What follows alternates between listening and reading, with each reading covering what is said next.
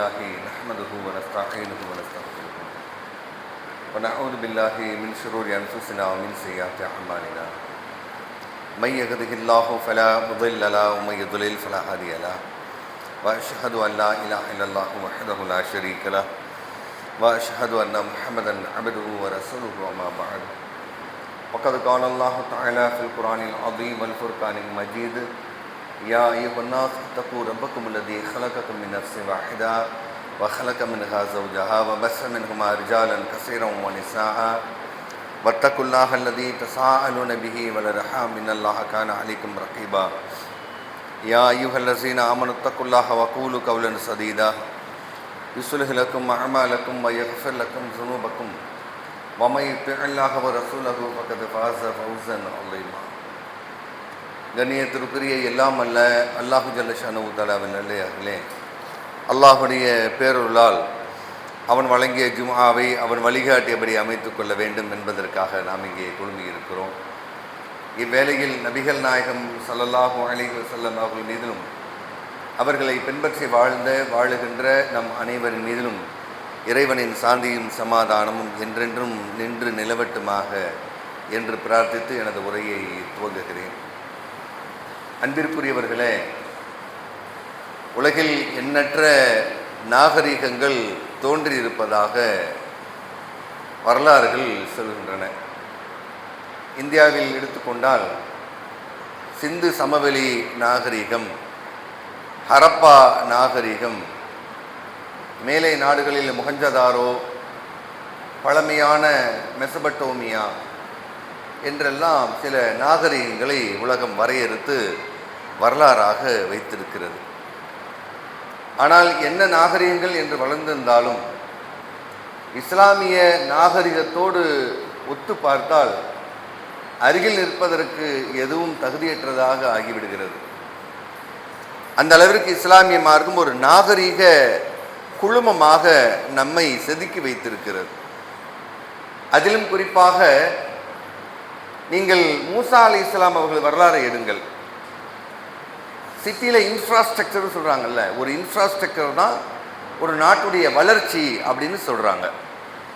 ஒரு நாட்டுடைய வளர்ச்சி எதை வச்சு அளவீடு செய்கிறாங்க அப்படின்னு கேட்டால், நகர் உட்கட்டமைப்பை வைத்து இந்த நகரம் வளர்ந்த நகரம், இந்த நாடு வளர்ந்த நாடு என்ற தகுதிக்கு வருகிறது என்று சொல்கிறார்கள். அந்த வகையில் மூசா அலைஹிஸ்ஸலாம் அவர்களது காலத்தில் உங்களுடைய வீடுகளை எதிரெதிரே அமைத்துக் கொள்ளுங்கள் அப்படின்னு குரானில் நீங்கள் பார்க்கலாம். அதுக்கு முன்னாடி அப்படி அது செட்டப்பில் இல்லை. இன்னைக்கு இந்த மனைப்பிரிவு போட்டிருக்காங்கன்னா ஒரு ரோடு போட்டிருப்பாங்க, இந்த பக்கம் வீடு இந்த பக்கம் வீடு எதிரெதிர் பார்த்துருக்கும் இல்லையா. கிழக்கு மேற்கு நோக்கி சாலை இருந்தால் வடக்கு தெற்கை பார்த்து வாசல்கள் வைத்து வீடு கட்டுவார்கள். இது சாலை அமைப்பு என்று நாம் இன்றைக்கு சொல்கிறோம். ஆனால் இதை வஹியின் மூலமாக மூசா அலைஹிஸ்ஸலாம் அவர்கள் காலத்தில் தான் இந்த நகர் கட்டமைப்பு வந்ததாக நாம் பார்க்க முடிகிறது. அப்போ அல்லாஹ்விடமிருந்து வருகிற இந்த மார்க்கம் ஒவ்வொரு காலம் தொட்டும் மனிதனுடைய நாகரிகத்தை, அவனுடைய வாழ்வியல் முறையை அழகுபடுத்தி பார்ப்பதுதான் இந்த மார்க்கம் என்பதை நாம் புரிந்து கொள்ள முடிகிறது. அந்த வகையில் நாம் ஒரு பள்ளியை அமைக்கிறோம் என்று சொன்னால் அந்த பள்ளியை சுற்றி மற்ற மக்களும் வாழ்வது, இந்த வாழ்வியல் முறை இஸ்லாமியர்களுக்கு மட்டும்தான் பிரத்யேகமானது. அவரவர் இஷ்டத்திற்கு ஒரு வணக்க வழிபாட்டு தலத்தை உருவாக்கி கொள்வார்கள். ஆனால் உலகம் தோறும் முஸ்லிம்களுக்கு ஒரு பழக்கம் உண்டு. அவர்கள் வாழும் இடத்தில் ஓரிடத்தில் வணங்கும் இடமான அல்லாஹ்வின் ஆலயத்தை அமைத்து அந்த அல்லாஹ்வின் ஆலயத்தை மையப்படுத்தி தன்னுடைய மற்ற சுற்றம் சூழல்களை அமைத்து கொண்டு வாழ்வது இஸ்லாமியர்கள் வழக்கம்.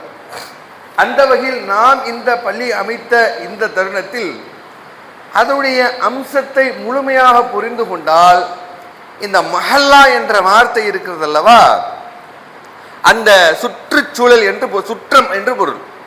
ஒரு பத்திரிகை அடிப்பதாக இருந்தால் சுற்றமும் சூழ வருகை தந்துன்னு சொல்லுவோம்ல, அந்த வார்த்தை தான் முஹல்லா என்று சொன்னால் நம்மை சுற்றி என்று பொருள்.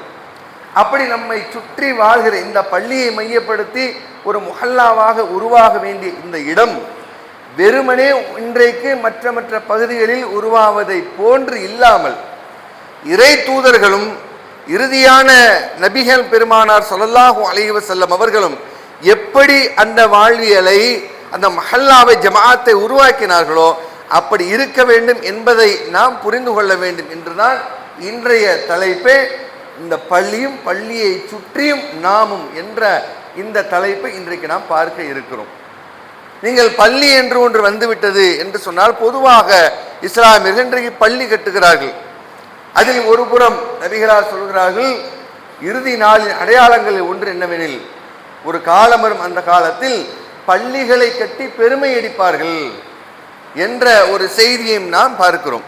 ஆகவே அந்த விதத்தில் அல்லாஹ் நம்மை பாதுகாத்து விட்டான், பாதுகாக்க வேண்டும் என்கிற சிந்தனையில் நாம் இருந்த போதிலும் கூட, முழுமையாக எப்படி இந்த ஜமாஅத்துல் முஹல்லாக்கள் அமைய வேண்டும் என்றால், இங்கே பிரவேசிக்கிற, இங்கே நிர்வாகம் செய்கிற அல்லது இந்த பள்ளியோடு தொடர்பு இருக்கிற நாம் இறை நம்பிக்கையாளர்கள் முதலில் நம்முடைய பண்புகளை கொண்டு மக்களை சேர்க்க வேண்டும். இங்கே இருக்கிற வசதிகளை அதிகப்படுத்துவது, சௌகரியங்களை மேம்படுத்துவது என்பதெல்லாம் இரண்டாம் பட்சம். அதில் நல்லெண்ணம் பொருந்தி இருக்கிறது என்ற போதிலும் கூட, அதை தாண்டி எது மக்களை ஈர்த்து கொண்டு வரும் என்று சொன்னால், நம்முடைய பழக்க வழக்கங்கள். முதலில் நம்மிடம் ஒரு ஈர்ப்பு இருக்க வேண்டும். இங்கே பிரவேசிக்கிற நம்ம, என்னை உட்பட, இங்கே யாரும் உங்களுக்கு எனக்குன்னு பிரித்து இந்த செய்தியை நம்ம பார்த்துடக்கூடாது. நமக்குள்ள என்ன பண்ணோம்னா ஒரு பாண்டிங், நமக்குள்ள ஒரு உள் உணர்வு, உள் பிணைப்பு ஒன்று வேண்டும். இதை செய்துதான் நபிகளார் அல்லாவை உருவாக்கினார்கள். நீ நபிகளார் உருவாக்கியதை பாருங்கள். மக்காவில் இருந்த பொழுது மக்களை வென்றெடுத்து மக்களுக்குள் ஒரு பிணைப்பை ஏற்படுத்திய பின்னர் அல்லாஹுடைய ஆலயத்தை, அந்த சூழல் வரும் பொழுது ஆலயத்தை கட்டினார்கள். அவர்கள் மக்களை முதலில் கட்டமைத்தார்கள். அந்த மக்களுடைய உட்கட்டமைப்பு மிக மிக அவசியம். இன்றைக்கு நம்மிடம் பல கூறுகளாக பிரிந்து போவதற்கு அடிப்படை காரணம் என்னவென்று சொன்னால், நீங்க மற்ற எல்லா மகளாவும் பாருங்க, கிராமங்கள் உட்பட. ஒரு கிராமத்துக்கு பள்ளிவாசல் போங்க, நாட்டாண்மை பஞ்சாயத்துன்னு இருப்பாரு. ஒரு குழுக்கள் இருக்கும், எதிரான ஒரு குழுக்கள் இருக்கும். யார் வர்றாங்க, யார் போறாங்க எல்லாம் கிடையாது. யாரும் சுவிட்ச் போடக்கூடாது, அது யாரும் அந்த டயத்துக்கு ஆகும், இவ்வளவுதான். இந்த முறையை தாண்டி அந்த பள்ளிக்கான அர்த்தமற்று போயிருக்கிறத நீங்க பார்க்கலாம். பார்த்தோம்னா ஒருவருக்குள்ள ஒரு நல் உணர்வு, ஒரு நல்ல நட்பு முறை, புரிந்து கொள்ளல், விட்டு கொடுக்கும் முறை இப்ப எல்லாம் இல்லாம போயிடுது. இதுவெல்லாம் இல்லாம நாங்கள் பள்ளியை கட்டமைத்தோம், பள்ளியை அதுக்கு பார்த்து முழுமையான நன்மையை நீங்க பெற்றுக்கொள்ள முடியாது. அல்லாஹ் ரப்பல் ஆலமீன் நபி தோழர்களை பார்த்து ஒரு குர்ஆன் வசனம், இன்றைக்கு நாம் அதை படிக்க வேண்டும். வதுக்குரு நிஅமத்தல்லாஹி அலைக்கும். நன்றாக கவனியுங்கள். இந்த நிஅமத் என்ற வார்த்தை அப்படியே அப்படியே ஒன்றொன்றா நான் சொல்கிறேன், அப்படியே பாருங்கள். அல்லாஹ் சொல்கிறான், வதுக்குரு நிஅமத்தல்லாஹி அலைக்கும். அல்லாஹ் உங்களுக்கு செய்த அருளை எண்ணி பாருங்க, நினைச்சு பாருங்க. இது குந்தும் மஅதான், நீங்கள் எப்படி இருந்தீர்கள், இதற்கு முன்னால் எப்படி இருந்தீர்கள், பகைவர்களாக இருந்தீர்கள். இங்க நம்ம பகைவர்களாலாம் கிடையாது, நல்ல நட்போடு இருக்கிறோம். ஆனா அவர்களுக்கும் நமக்குமான அந்த வித்தியாசத்தை புரிஞ்சு பாருங்க. அவர்கள் பகைவர்களாக இருந்தார்கள், நம்மை போன்ற யதார்த்தவாதிகளாக அல்ல.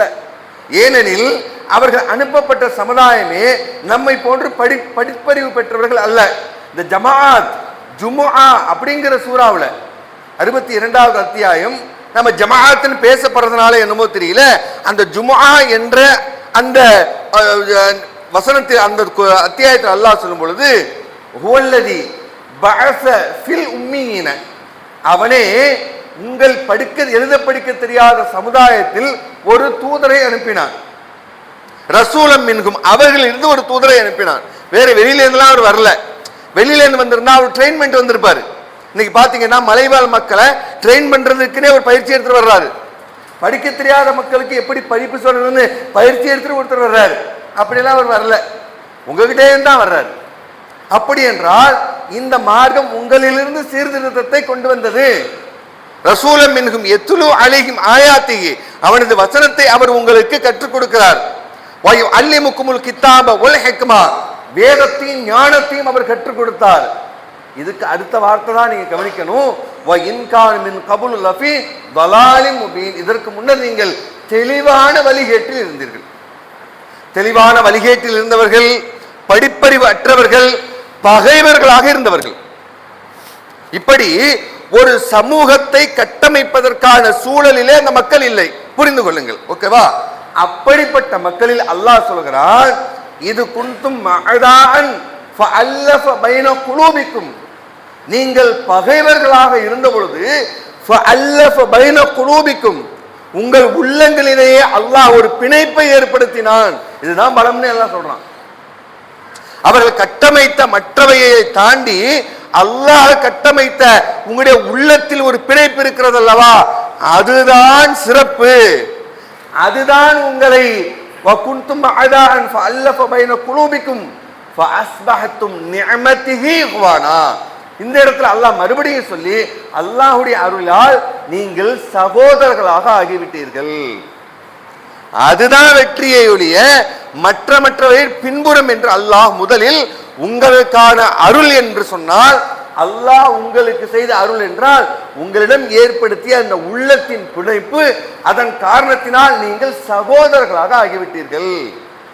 எதிரியாக இருந்தீர்கள், நரகத்தின் விளிம்பில் இருந்தீர்கள். இவையெல்லாம் காப்பதற்கு காரணம் உங்களுக்குள் ஏற்பட்ட அந்த பிணைப்பு. ஏனெனில் ஒருவர் பாவியாக ஆக இன்னொரு சகோதரர் பார்த்து கொண்டு இருக்க மாட்டார். என் சமூகத்தவன் அவனிடம் அவனை ஏளனம் செய்து உன் பலத்தை காட்டுறா இல்லாம வேணாம்பா, அல்லாஹ் சொல்றீங்க ஏன் இந்த பிதத்தை செய்யற, வேணாம், ஊர் உலகத்துக்கு அப்படி செய்யாத என்று அந்த நன்மை நாடும் அந்த உள்ளம் நம்மிடம் வந்துவிட்டது. ஆனால் நாம் ஒவ்வொருவரும் கைகோர்த்து கரம் கோர்த்து சுவனப்பாதையில் பிரவேசிக்க செய்வோம். ஆகவேதான் அல்லாஹ் ரப்பல் ஆலமீன் சொல்லும் பொழுது அல்லாஹ் செய்த அருளை எண்ணி பாருங்கள். அதே மாதிரி இந்த இடத்துல நபிகள் பெருமானாரை பொறுத்தளவிற்கு ஃபபிமா ரஹ்மத்தின் மினல்லாஹி லின்தலகு, இந்த இடத்துல அதே அருள் என்று அல்லாஹ் வார்த்தை பயன்படுத்துகிறான். ஃபபிமா ரஹ்மத்தின் மினல்லாஹி லின்தலகும், நபியே அல்லாஹ்வுடைய அருளின் காரணத்தினால் நீர் நளினமாக நடக்கிறீர். எதை கொண்டு மக்களை சேர்த்தீர்? அல்லாஹ் இந்த வார்த்தை, இந்த ஜமாஅத்திற்கான வார்த்தையை இந்த இடத்துல பயன்படுத்துறான். என்ன செய்யறான்? அல்லாஹ்வுடைய அருளின் காரணத்தினால் நீர் நளினமாக நடக்கிறீர்.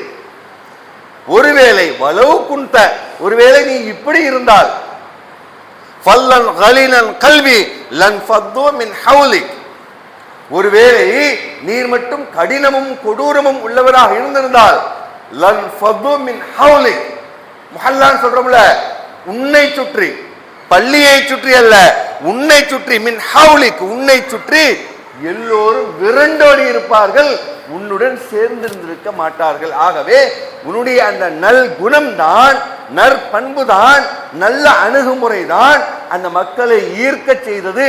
இதற்கு காரணம் அல்லாஹ்வுடைய அருள். பபிமா ரஹ்மத்தின் மினல்லாஹ், அல்லாஹ்வுடைய அருளின் காரணத்தினால் நீர் நளினமாக நடக்கிறீர்.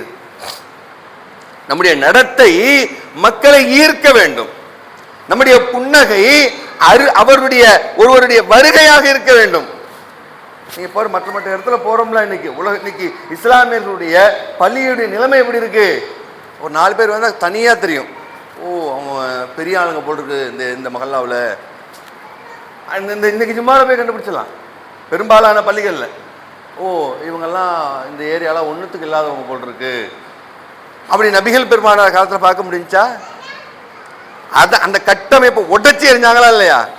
சமத்துவத்தை சொல்ல வேண்டிய இடத்தில், சமத்துவத்தை உலகத்திற்கு நடைமுறைப்படுத்தி காட்டக்கூடிய இடத்தில் வித்தியாசம் இருக்கக்கூடாதுங்கிறத முதல்ல முஹல்லாவாசிகள் நமக்கு புரிஞ்சுக்கணும். எப்படி இருக்கணும்? நமக்குள்ள பொருளாதாரத்தில் கொஞ்சம் ஏற்றம் இருக்கலாம், அது எல்லா காலத்திலும் இருக்கும், அது ஒரு மேட்டரே கிடையாது. அதை தூக்கி ஓரமாக தூக்கி போட்டுருவோம். இன்னைக்கு நம்மள்ட்ட இருக்கும், நாளைக்கு இன்னொருத்தன்ட்டு இருக்கும், அப்படி சுற்றி சுழற்சி முறையில் வரும், அது ஒரு மேட்டரே இல்லை. மற்றபடி நம்முடைய நற்பண்புகள் இருக்குல்ல, இன்முகம் இருக்குல்ல, அது மிக மிக அவசியம்.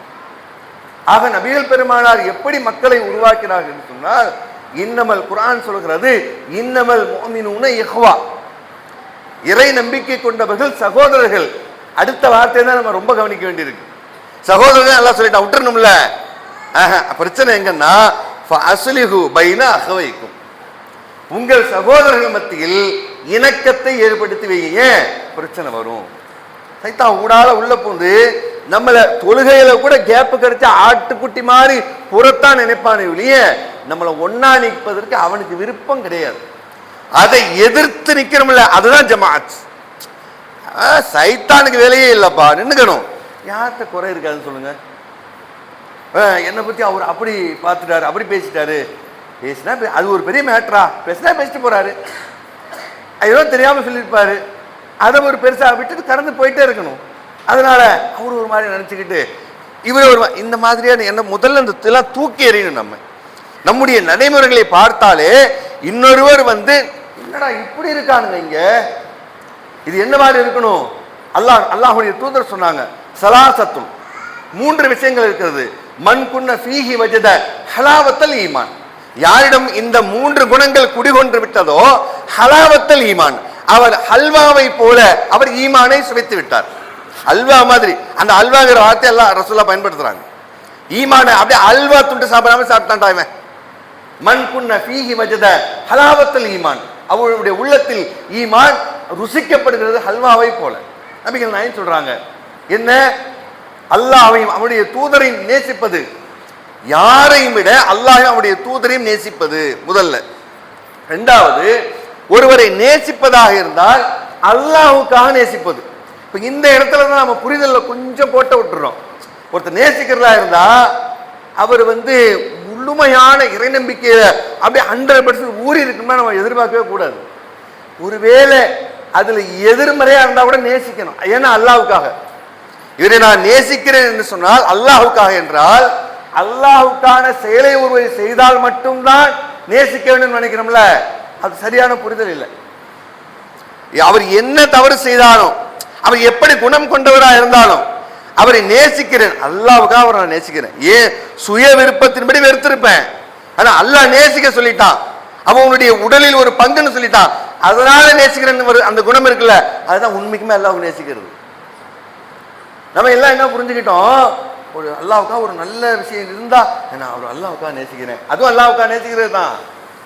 இன்னொன்னு என்ன, எனக்கு பர்சனலா பிடிக்கல, எனக்கு ஒரு மாதிரி வெறுப்பு இருக்கு, தூக்கி போடு, அவுது பில்லாஹ் மினஷ் ஷைத்தானிர் தூக்கி எறி, நான் அல்லாஹ்வுக்காக நேசிக்கிறேன். என் உள்ளம் வெறுத்த போதிலும் கூட சில விஷயங்களில் வேண்டாம், இது என்ன அல்லாஹ்வுக்காக ஒரு நேசிப்பு, அப்படி என் சகோதரன். அப்ப நபிகள் நாயகம் சொல்கிறார்கள், அநியாயம் செய்கிற, அநியாயம் செய்யப்படுகிற உன் சகோதரனுக்கு உதவி செய்கிறாங்க. அல்லாஹ்வின் தூதரே, அநியாயம் செய்யப்பட்டவனுக்கு உதவி செய்யறது அதுல ஒரு அர்த்தம் இருக்கு. பாதிக்கப்பட்டுட்டான், அநியாயம் செய்யறவனுக்கு உதவி செய்யணுமா அப்படின்னு சொல்றப்போ ரசூலுல்லாஹ் சொல்றாங்க, ஆம், அநியாயம் செய்பவனை செய்யாதே என்று நீ தடுக்கிறாயே, அது அவனுக்கு செய்கிற உதவி. அப்ப எப்படியா போட்டோம், அல்லாஹ்ட்ட மாட்டிக்க, நாளைக்கு மறுமையில ஒண்ண பாத்துக்கிறேன்டா. இந்த குணம் தௌஹீத் வாழ்க்கை நிறைய இருக்கு. என்ன பண்ண வேண்டியது, நம்ம மறுமையில பார்த்தேன். அப்ப என்ன அந்த எண்ணம், அது இங்கேயே தொலைத்து விட்டு அல்லாஹ்வுடைய வசனம் என்ன சொல்கிறது, நீங்கள் அலா துஹிப்பூன ஐ யக்ஃபிரல்லாஹு லக்கும், அல்லாஹ் உங்களை மன்னிக்க வேண்டும் என்று நீங்கள் விரும்பவில்லையா? அல்லாஹ் குர்ஆன்ல சொல்றான். ஒரு அவதூறு பரப்பிய ஒருவரை மன்னிக்க சொல்லும்படியான நேரத்தில் அபூபக்கர் ரலியல்லாஹு அவர்களுக்கு சொல்வதை போன்ற செய்தியை அல்லாஹ் நமக்கு சொல்கிறான், அலா துஹிப்பூன ஐ யக்ஃபிரல்லாஹு லக்கும். அப்ப இதுவெல்லாம் ஒரு குடும்பத்தில் எப்படி அவசியமோ அதுபோல ஒரு ஜமாத்தை கொண்டு உருவாக்கப்படுகிற முஹல்லாவுக்கு மிக அவசியம். நமக்குள்ள ஒரு பாண்டிங்கை பிறர் பார்த்து என்ன செய்யணும், மெச்சிக்கணும். பாடுறான் அவங்க எப்படி இருக்காங்க, அதுதான் சொல்ல விரும்பினாங்க. இதை வச்சுதான் ஒரு மிகப்பெரிய ஒரு வரலாற்று சம்பவத்தை நபிகள் நிறுத்துறாங்க. ஒரு நேரம் நஜித் பகுதி என்கிற ஒரு பகுதி, யமாமா என்கிற ஒரு நாட்டில் நஜித் பகுதி, அங்கே ஒரு குறுநில மன்னர், அவரை போய் கைது செஞ்சுட்டு வந்துடுறாங்க. நல்லா கவனிங்க, அடிக்கடி நம்ம கேட்ட செய்தியாக தான் இருக்கும். அப்படி கைது செஞ்சுட்டு ரசூலுல்லாஹ் போகல, ஒரு படையை அனுப்பி கொண்டு வர்றாங்க. கொண்டு வந்து கட்டி போட்டாச்சு. கட்டி போட்டு ரசூலுல்லாஹ் உள்ள பள்ளிக்கு வர்றாங்க. கல்வி வந்துட்டு அவர் பேர் சுமாமா, கேட்கறதையும் அவர் புரிந்து கொண்ட விதத்தையும் இங்கே இருக்கிற அந்த பிறகு நடக்கிற எல்லாத்தையும் கூர்ந்து கவனிங்க, நீங்களே யோசிங்க. பிறகு ரசூலுல்லாஹ் உள்ள வர்றாங்க, அவருடைய முகத்தை பார்த்து விட்டு, மா இந்திக்க யா சுமாமா, சுமாமாவே உன் நிலை என்ன, என்ன நினைக்கிற? அவர் சொல்றாரு, இந்தி ஹைரும் யா முஹம்மத், பதில பாத்தீங்களா இல்லையா? நீ மன்னர்லாம் நான் சொல்ல முடியாது. மன்னர் என்ன, இவரு ஒரு பகுதியில ஒரு குறுநில மன்னர், அவர் ஒரு நல்ல கௌரவமாக வாழ்ந்தவர் தான். அந்த இடத்தை விட்டு அவர் இறங்கவும் இல்லை. அதே வேளையில அவர் நடந்து கொண்ட விதத்தை ரசூலுல்லாஹ் கவனிக்கிறாங்க. இவரு யார் சுமாமா, மா இந்திக்க, சுமாமாவே உன் நிலை என்ன? யா முஹம்மத் இந்தி ஹைருன், முகம்மது நான் நல்லதான் நினைக்கிறேன். அந்த கட்டி போட்டாலும் அடிமைத்தனம் அவரிடம் இல்லை. அப்ப ரசூலுல்லாஹ் கேட்கிறாங்க, மேலும் அவர் கண்டினியூ பண்றாரு. ரசூலுல்லாஹ் கேட்டது அவ்வளவு, என்ன நினைக்கிறேன்னு கேட்டதோட சரி.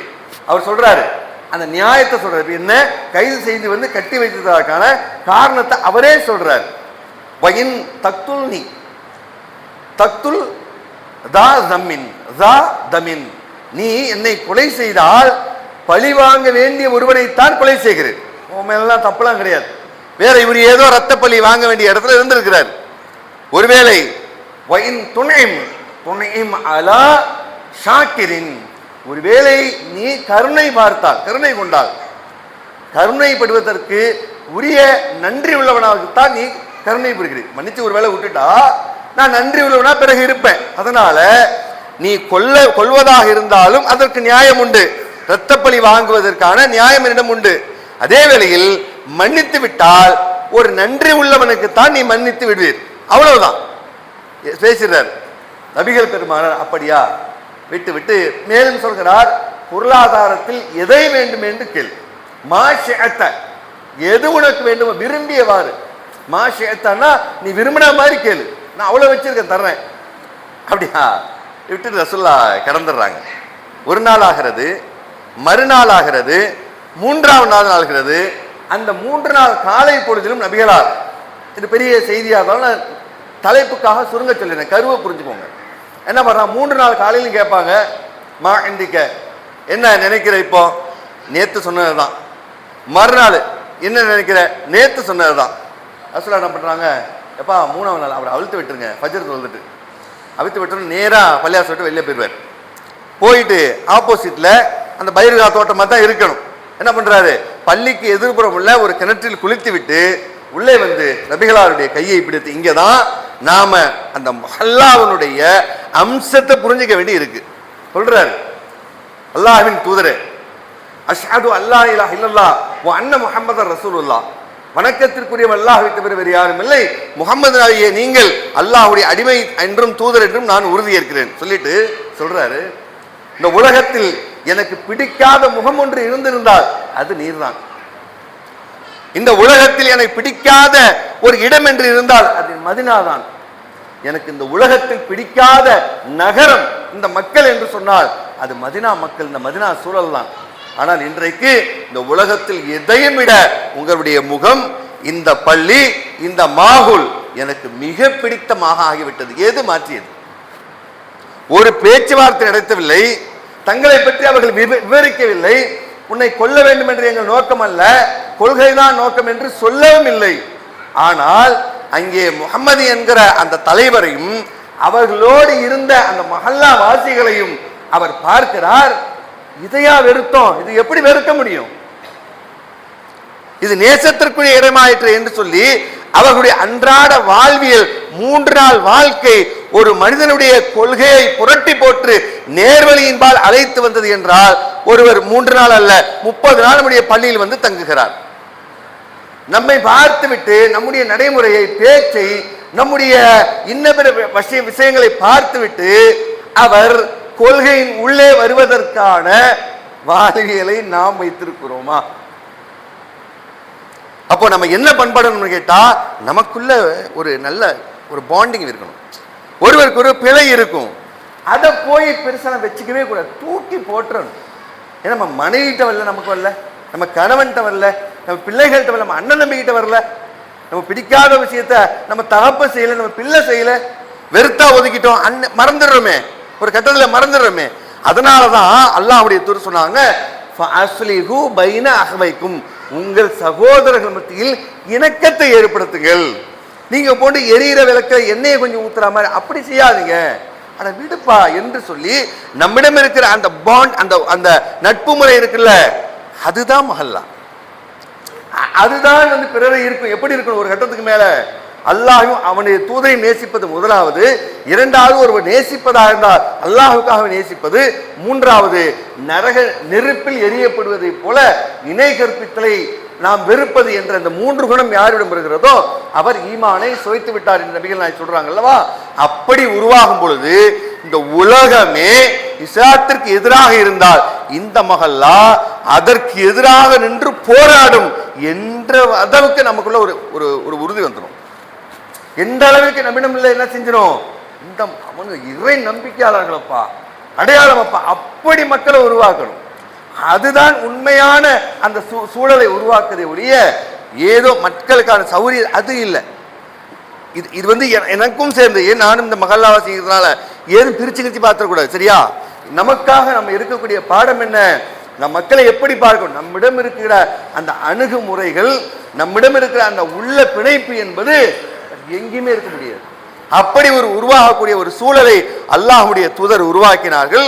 அதுதான் மிகப்பெரிய நிஅமத் என்று அல்லாஹ் ரப்பல் ஆலமீன் சொல்லி காட்டுவதிலிருந்து நாம் பெறுகிற பாரம் ஒருவர். ஆகவே தான் அல்லாஹ்வுடைய தூதர் இறுதி பேருரையில் சொல்லும் பொழுது அந்த வார்த்தை, அந்த தாய் உள்ளத்தோட நீங்க கொஞ்சம் கவனிச்சு பாருங்களேன்.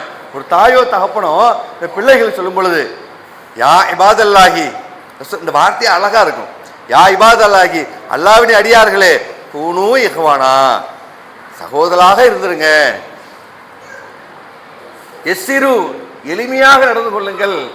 வலா துஅஸ்ஸிரு, கடுமையாக நடந்து கொள்ளாதீர்கள். பஷிரு, சுப செய்தி சொல்லுங்கள். வலா துனஃபிரு, பிரிந்து விடாதீர்கள். ஒரு தகப்பன் பிள்ளைக்கு சொல்ற மாதிரி இறுதியா ரசூலுல்லாஹ் நம்மிடம் சொல்லி செய்தது என்ன, யா இபாதல்லாஹி, அல்லாஹ்வின் அடியார்களே. மற்றதை விடுங்க, நீ அல்லாஹ்வுடைய அடிமை முதல்ல புரிஞ்சுக்கோங்க.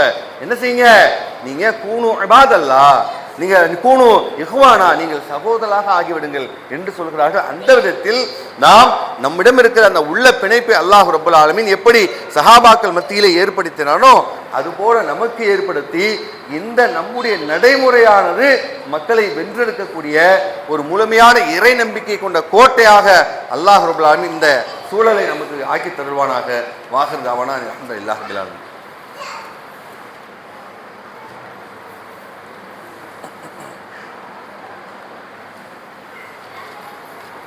அல்ஹம்துலில்லாஹி ரப்பில் ஆலமீன். அன்பிற்குரிய சகோதர சகோதரிகளே, ஈரானில் நடந்து வருகிற போரை பற்றி உலகமே அறிந்து இருப்பது அனைவருக்கும் தெரியும். அதே வேளையில் நேற்றைய தினம் மேலும் ஒரு எல்பிஜி கப்பலை இந்தியாவிற்கு ஈரான் மனிதாபிமான அடிப்படையில் அனுமதித்திருக்கிறது. ஏற்கனவே 2 கப்பல்கள் வந்த போதும் எல்பிஜி எடுத்துக்கொண்டு லிக்விட் பெட்ரோலியம் கேஸ் அதோட ஒரு கப்பல் மீண்டும் வருது. இப்படி சூழலாம் இருந்துக்கிட்டு நம்ம நாடு இருக்கு. ஸ்பெயின் நாட்டு பிரதமர் நேற்று சொல்றாரு, இது மாதிரியான நடைமுறை மனிதாபிமானமற்ற இது இஸ்ரேலுடைய இந்த நடைமுறையை எப்படி நாம் ஆமோதிப்பது, அதை எப்படி நான் சகிச்சுட்டு என்னால் இருக்க முடியும். இவரு ட்ரம்ப்பை சொல்றாரு, ட்ரம்ப் பத்த வைத்த நெருப்பு அதனுடைய புகையை நாம் சுவாசிக்க வேண்டுமா, உலக மக்கள் சுவாசிக்கணுமா? அழகா சொல்றாரு. அவர் ஒரு ஸ்பார்க்கை பத்த வச்சுட்டு போயிடுவாரு அவருடைய சுய விருப்பத்துக்கு. ஆனா அதனுடைய புகை மூட்டத்தை உலக மக்கள் அனுமதிக்க வேண்டுமா? இது ஏற்கத்தக்க விஷயமே அல்ல. அவர் குரல் கொடுத்திருக்காரு. அவருக்கு கப்பல்லாம் போகல, இப்போதைக்கு அங்கேருந்து போக வேண்டிய அவசியம் இல்லை.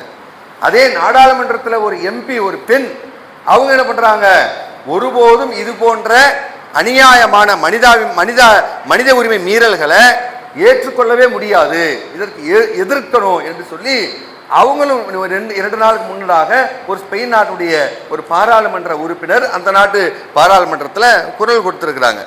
ஆனால் நம்ம நாட்டில் என்ன பண்ணுறானுங்க, அங்கே போய் கெஞ்சி கூத்தாடி இந்திய மக்களுக்காக இந்த கப்பல்களை அனுப்புகிறோம், இந்திய அரசுக்காக இல்லைன்னு அந்த நாட்டு வெளியுறவுத்துறை அமைச்சர் அப்பாஸ் என்ன செய்யறாரு, அறிவிக்கிறாரு. இங்கே வலைதளத்தில் உட்காந்துக்கிட்டு இந்தியாவுடைய இன்னொரு வெற்றி இருக்கிறதையும் அடைச்சி விட்டுருவாங்க போல் இருக்கு. அவன் போயிட்டு போகுதுன்னு நமக்கு கொடுத்துக்கிட்டு இருக்கான், கப்பலை அனுப்புறான். இங்க நாங்க வெள்ளை கொடியை தூக்கிக்கிட்டு பேசி எங்களுடைய வெற்றின்னு சொல்லி இவங்க சொல்றாங்க, காதல போனா இல்லைன்னு அடைச்சி வாங்கி போட்டுருக்காங்க. ஆக இப்படி ஒரு கூழ் முட்டைகளை நாம் வச்சிருக்கோங்கிறத இந்திய மக்கள் என்றைக்கு முழுமையாக ஒரு கணிசமான மக்கள் புரிந்து கொண்டாலும் கூட அது பின்னால் இருக்கக்கூடிய காவி கும்பல் இன்றைக்கும் கொடி கூட்டி நிற்கிறது என்று சொன்னால் இவருடைய முட்டாள்தனத்திற்கு உச்சத்தில் ஏறி நின்று என்னவாக போகிறதோ இறைவனை அறிவான். ஆகவே இந்த நம்ம நாட்டினுடைய இந்த எரிபொருள் தட்டுப்பாடு 1-2 இல்லை, பண மதிப்பிழப்பு வரிசையில் நின்று நம்ம தான் செத்தோம். லாக்டவுன் போட்டான், அப்பயும் நம்ம தான் என்ன பண்ணோம், நின்னோம். இன்னைக்கு கேஸை தூக்கி நிற்கிறோம். அவன் சொல்ல என்ன பண்றான், சுமூகமான வளர்ச்சி வளர்ச்சி வளர்ச்சி. எங்கப்பா வளர்ச்சி? என்ன வளர்ச்சி வைச்சிருக்க? ஒரு வளர்ச்சியும் இல்லை, முதிர்ச்சியா தான் போயிட்டு இருக்கு. இன்னும் வயசானா எப்படி பலவீனமாகுமோ அது மாதிரி முதிர்ச்சியா போய் பலவீனப்பட்டு போயிட்டு இருக்கு இந்த நாடு. ஆனா பார்த்தா என்ன கேஸை வச்சு நிற்கிறோம். என்ன மாற்று ஒன்றும் கிடையாது. ஏற்கனவே நீங்கள் கொரோனாவில் ட்ரைனிங் எடுத்தீங்கல்ல, அது மாதிரி இப்போவும் நீங்கள் லாக்டவுன் போட்டு நீங்கள் மறுபடியும் அந்த பயிற்சிக்கு வந்துடுங்க, அதுக்கு தயாராகிடுங்க. அப்படி சொல்கிறதுக்கு என்னத்துக்கு ஒரு பிரதமர், என்னத்துக்கு ஒரு ஆட்சி, எதுக்கு ஒரு தேவையே இல்லையே. அப்படி நாங்களாம் எங்களை சரி பண்ணுறதுக்கு எங்களுக்கே தெரியுமே, அதை சொல்கிறதுக்கு ஒருத்தன் தேவையில்லை. அப்போ ஒரு தலைவன் எப்படி இருக்கக்கூடாது என்பதற்கு அடிக்கடி இந்த மோடி ஒரு கேவலமான முன்னுதாரணமாக இருப்பதை என்றைக்கு இந்திய மக்கள் முழுமையாக புரிந்து கொள்கிறாரோ அன்றைக்குத்தான் இந்தியாவினுடைய முழு சுதந்திரம் கிடைக்கும். அப்படிப்பட்ட சுதந்திர பூமியை எல்லாம் அல்லாஹ் ரப்பல் ஆலமீன் நமக்கு தந்தருள்வானார். அஸ்ஸலாமு அலைக்கும் வரஹ்மத்துல்லாஹி வபரகாத்துஹு.